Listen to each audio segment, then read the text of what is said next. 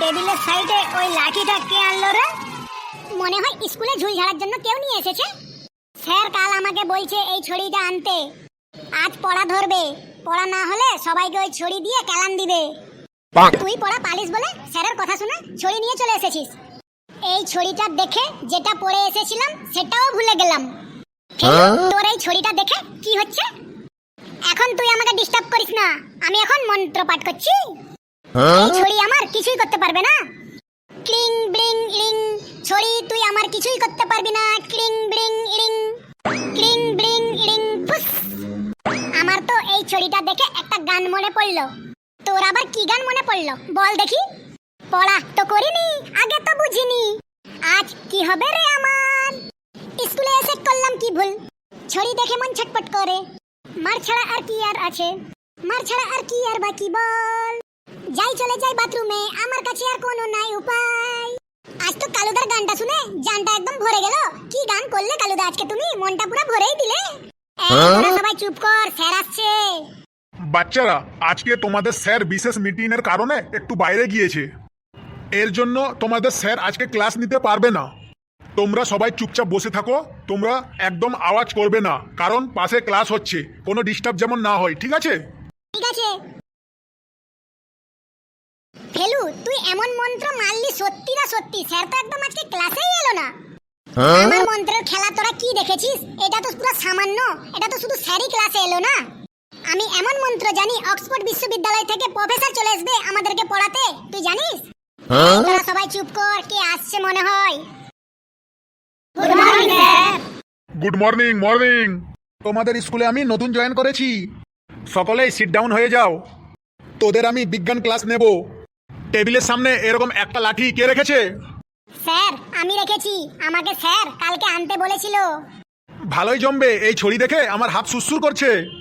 কি রে ফেলু, কি মন্ত্র পাঠ করলি? এমন স্যার এসেছে, মনে হয় এই ছড়িটা দিয়ে আমাদের পিঠে ভাঙবে রে। পচা, তুই বিড়বিড় করে কি বলছিস রে? তুই উঠে দাঁড়াতো। পচা, তুই বলতো লেবু খেলে আমাদের কি কি উপকার হয়? স্যার আগে আপনি বলেন তো, আমার নামটা কি করে জানলেন?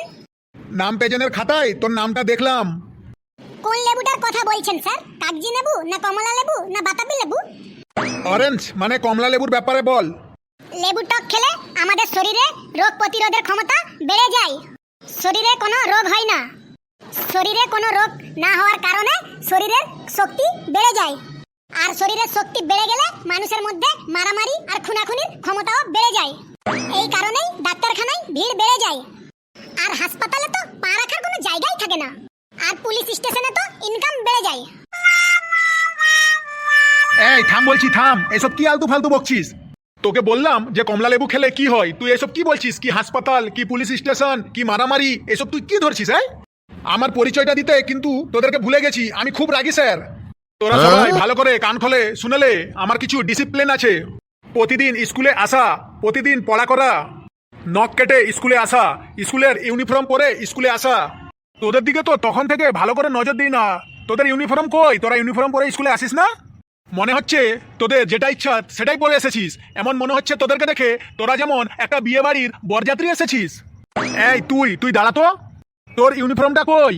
স্যার আমার ইউনিফর্মটা মা একদিন কেচে দিয়ে রোদে শুকাতে দিয়েছিল, শুকাতে দিয়ে একটা ছাগল এসে ইউনিফর্মের হাত দুটো একদম চিবিয়ে খেয়ে নিয়েছে।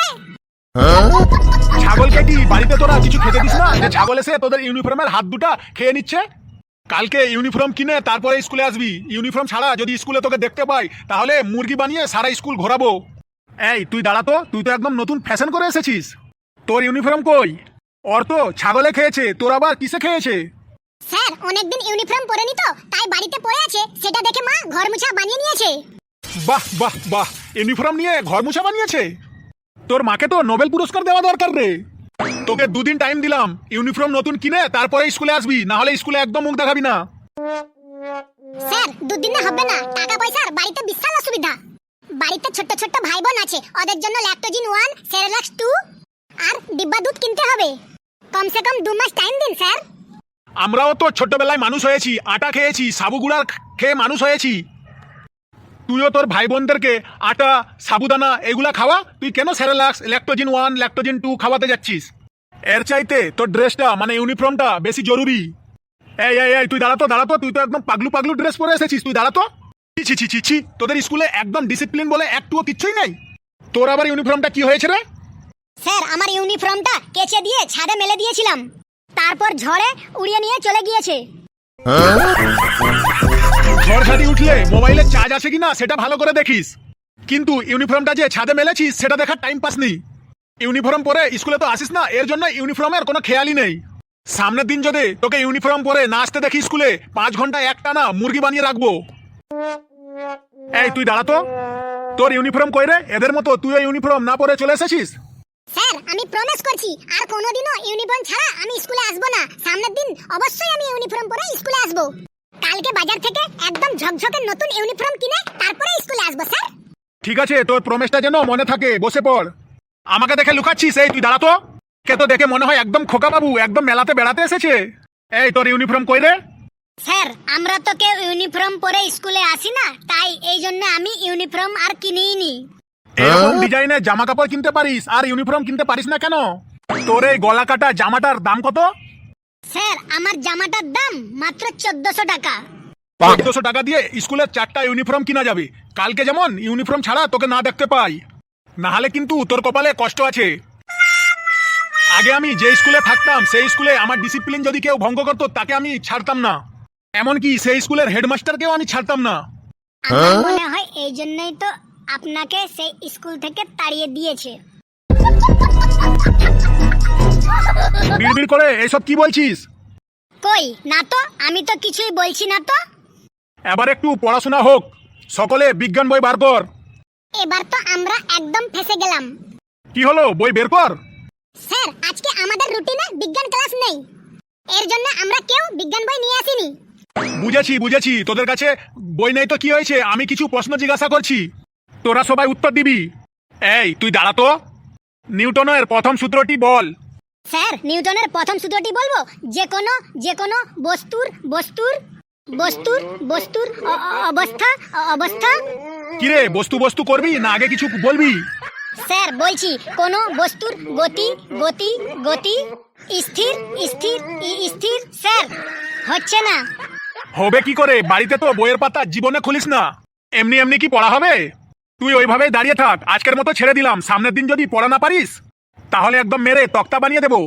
স্যার আমি বলবো, তুই যদি সঠিক পারিস তাহলে বল।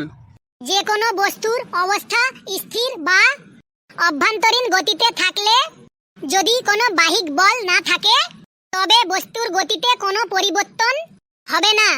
এটা হলো নিউটনের প্রথম সূত্র। বাহ, ভেরি গুড। এতক্ষণে একটা ঠিকঠাক পড়াশোনা করার স্টুডেন্ট পেলাম। বাবা তুই বসে পড়। এই তুই উঠে দাঁড়াতো, তুই বল জলচক্র কাকে বলা হয়?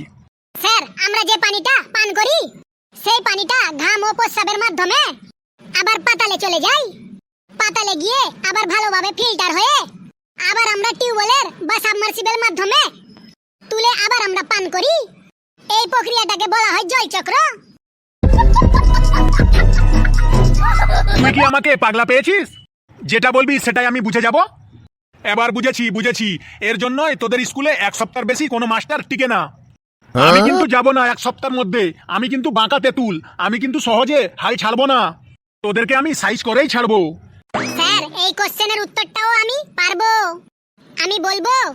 ওদের দিকে মুখ করে ভালো করে বলে ওদেরকে শুনিয়ে দে। জলচক্র হলো পৃথিবী থেকে জল বাষ্পর আকারে আকাশে ওঠে, পরে মেঘে রূপান্তরিত হয়ে বৃষ্টির মাধ্যমে আবার পরে পৃথিবীতে ফিরে আসে। এই প্রক্রিয়াকে বলা হয় জলচক্র। দেখলি তো কি সুন্দর পারলো। এইরকম ভাবে তোদের পড়াটা কিন্তু নেব। এই তুই দাঁড়াতো, তুই একটা 5 নম্বরের প্রশ্নের উত্তর দে। বায়ু দূষণের ফলে আমাদের পৃথিবীতে কি কি প্রভাব ফেলে? বায়ু দূষণের ফলে বিভিন্ন প্রজাতির উদ্ভিদ ও প্রাণীর উপর প্রভাব ফেলে। যেমন বায়ু দূষণের ফলে গাছপালার বৃদ্ধি ও ফলমূল কমে যায়। ফলমূল কমে যাওয়ার কারণে পশু পাখি ঠিকঠাক খেতে পায় না। পশু পাখি না ঠিকঠাক খেতে পাওয়ায় মারা যাচ্ছে। দিনের পর দিন অনেক প্রজাতির পাখি হারিয়ে যাচ্ছে, যেমন বাবুই পাখি, টুনটুনি, কোকিল। কোকিল পাখি আমাদের দেশের একটা পরিচিত পাখি এবং খুবই সুন্দর পাখি। এরা সাধারণত বনে, মাঠে বা অরণ্যে বসবাস করে। কোকিল পাখির গায়ের রং সাদা, হলুদ, লাল রঙের হয়। খুবই চালাক পাখি। স্বাস্থ্যসাথীর কার্ড দেখিয়ে অন্য পাখির বাসায় ডিম পাড়ে এবং সেই ডিম অন্য পাখির বাসায় পালিত হয়। কোকিল পাখি বেশিরভাগ সময় স্ত্রীর সাথে ঝামেলা করে, একা একাই থাকে এবং তার গান করে। কু কু কু কু। কোকিল পাখির গলা খুবই মিষ্টি, মানুষকে মুগ্ধ করে দেয়। এই তুই চুপ কর, তোকে আমি জিজ্ঞাসা করলাম বায়ু দূষণের কারণ, আর তুই বলতে লাগলি কোকিলের ব্যাপারে। তোকে আরেকটা প্রশ্ন জিজ্ঞাসা করছি, ঠিকঠাক উত্তর দিবি। এবার কিন্তু কোকিল আনবি না। গানের জগতে লতা মঙ্গেশকরের কি ভূমিকা তা বল তুই। ভারতের সঙ্গীতে ইতিহাসে লতা মঙ্গেশকরের নাম একদম স্মরণীয় হয়ে থাকবে। তিনি অসংখ্য ভাষায় গান করেছেন। হিন্দি, মারাঠি, গুজরাটি, তামিল, তেলেগু, কানাডা, উড়িষ্যা, পাঞ্জাবি এবং ইংরেজি ভাষাতেও তিনি গান করেছেন। তার কণ্ঠে এমন এক মধুর সুর ছিল, একদম কোকিল পাখির মতো। কোকিল পাখি আমাদের দেশের খুবই পরিচিত পাখি, খুবই সুন্দর পাখি।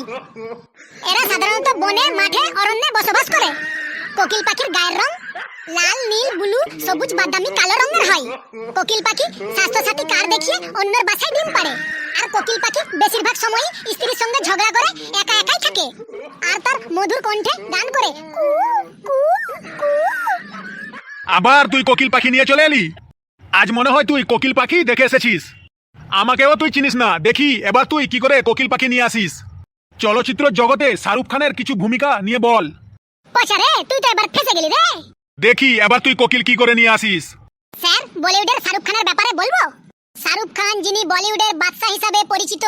শাহরুখ খান চলচ্চিত্রের সবচেয়ে এবং সফল অভিনেতাদের মধ্যে অন্যতম। তার কয়েকটি উল্লেখযোগ্য ছবি আছে, তা হলো দিলওয়ালে দুলহানিয়া লে যায়েঙ্গে, কুছ কুছ হোতা হ্যায়। শাহরুখ খান 59 বছর বয়সেও মাথার চুল একদম কোকিলের মতো কালো কালো। কোকিল পাখি আমাদের দেশের একটি সুন্দর পাখি। এরা সাধারণত বনে, জঙ্গলে, অরণ্যে বসবাস করে। কোকিল পাখির রং সাধারণত কালো, নীল, বাদামি, হলুদ, সাদা রঙের হয়। খুবই চালাক পাখি। স্বাস্থ্যসাথী কার্ড দেখিয়ে অন্যের বাসায় ডিম পাড়ে। কোকিল পাখি বেশিরভাগই স্ত্রীর সঙ্গে ঝগড়া করে একা একা থাকতে ভালোবাসে আর তার নিজের মিষ্টি মধুর কণ্ঠে গান করে আর ঘুরে বেড়ায়। কু কু কু। কি সাংঘাতিক রে বাবা, তুই আবার কোকিলকে নিয়ে চলে এলি। শাহরুখ খানকেও ছাড়লি না তুই, শাহরুখ খানের মধ্যেও তুই কোকিলকে ঢুকে দিলি। আজকে তো আপনি পচাকে যেটাই ধরবেন সব কোকিল দিয়েই চালিয়ে দেবে। এবার একটা লাস্ট প্রশ্ন করব, দেখি তুই কিভাবে কোকিল নিয়ে আসিস। এই আধুনিক দুনিয়ায় সাইকেলের কি ভূমিকা বল, দেখি সাইকেলের মধ্যে তুই কোকিল কিভাবে নিয়ে আসিস। স্যার, এত সহজ প্রশ্ন জিজ্ঞাসা করলেন। বলছি স্যার, বলছি।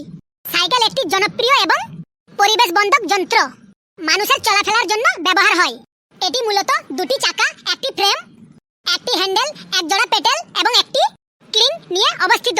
সাইকেল পরিবেশের কোনো প্রকার দূষণ সৃষ্টি করে না। এর জন্য আমাদের উচিত সাইকেলের ব্যবহারকে বাড়িয়ে ফেলা, তাহলে পরিবেশ ভালো থাকবে। আর পরিবেশ ভালো থাকলে বেশি বেশি করে কোকিল পাখির মিষ্টি মিষ্টি মধুর আওয়াজে গান শুনতে পাবো।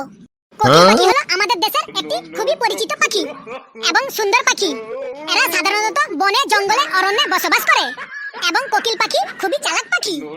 স্বাস্থ্যসাথী কার্ড দেখিয়ে অন্যের বাসায় গিয়ে ডিম পাড়ে। আর কোকিল পাখির গায়ের রং সাদা, নীল, ব্লু, হলুদ, কালো, অনেক কালারের হয়। কোকিল পাখি বেশিরভাগই স্ত্রীর সাথে ঝগড়া করে একা একা থাকতে ভালোবাসে আর তার নিজের মিষ্টি মধুর কণ্ঠে গান করে আর ঘুরে বেড়ায়। কু কু কু। কোকিল পাখির গলা খুব মিষ্টি, মানুষকে মুগ্ধ করে। এখানেও সেই কোকিল, কি সাংঘাতিক ব্যাপার রে। থাম তুই, থাম, কি সাংঘাতিক ব্যাপার রে। তোদেরকে নিয়ে তো পারা গেল না। তোদের সাথে আর 5 মিনিট থাকলে আমি তো পুরো পাগল হয়ে যাব। এখন আমি চললাম, পরে তোকে কিন্তু দেখে নেব। তো বন্ধুরা, আপনাদের এই ভিডিওটি কেমন লাগছে তা কমেন্ট বক্সে অবশ্যই জানাবেন। আর চ্যানেলে যদি নতুন থাকেন অবশ্যই শেয়ার করে সাবস্ক্রাইব বাটনটা ক্লিক করে দেবেন, যাতে এরকম নতুন নতুন মজার হাসির ভিডিও আপনাদের কাছে তাড়াতাড়ি পৌঁছাতে পারে। হাসতে থাকুন, সুস্থ থাকুন। যত হাসবেন তত মন ভালো থাকবে। ধন্যবাদ।